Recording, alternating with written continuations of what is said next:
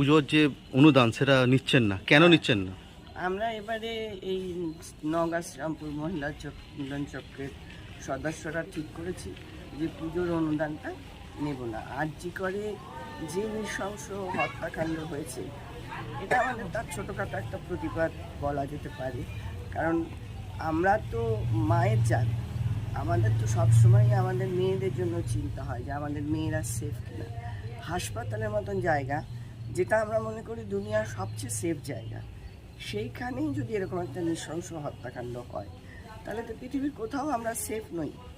তো আর তার থেকেও বড় কথা হচ্ছে, যেভাবে এই হত্যাকাণ্ডের সমস্ত কিছুকে চাপা দেওয়ার চেষ্টা করা হচ্ছে, যেভাবে আমাদের এই জিনিসগুলোকে, প্রমাণগুলোকে সমস্ত লোপাট করে দেওয়ার চেষ্টা করা হচ্ছে, আসল লোকেদেরকে আড়াল করা হচ্ছে, সেটার পরে আমাদের মনে হয় না যে এই সরকারের কাছ থেকে আমাদের এই অনুদানটা নেওয়া উচিত।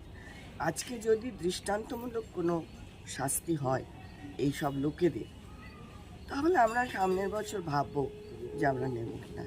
কিন্তু এবছরটা আমরা কোনো মতেই এটাকে সাপোর্ট করতে পারছি না। কোথায় কোথায় চিঠি দিয়েছেন?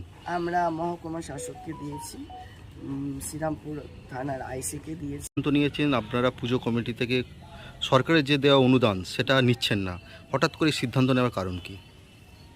প্রথম কথা, আমরা মহিলা, আমাদের সোনার মেয়ে, আমাদের আরজি করের চিকিৎসক, জুনিয়র চিকিৎসক, তার নারকীয় হত্যাকাণ্ডের আমরা তীব্র প্রতিবাদ জানাচ্ছি।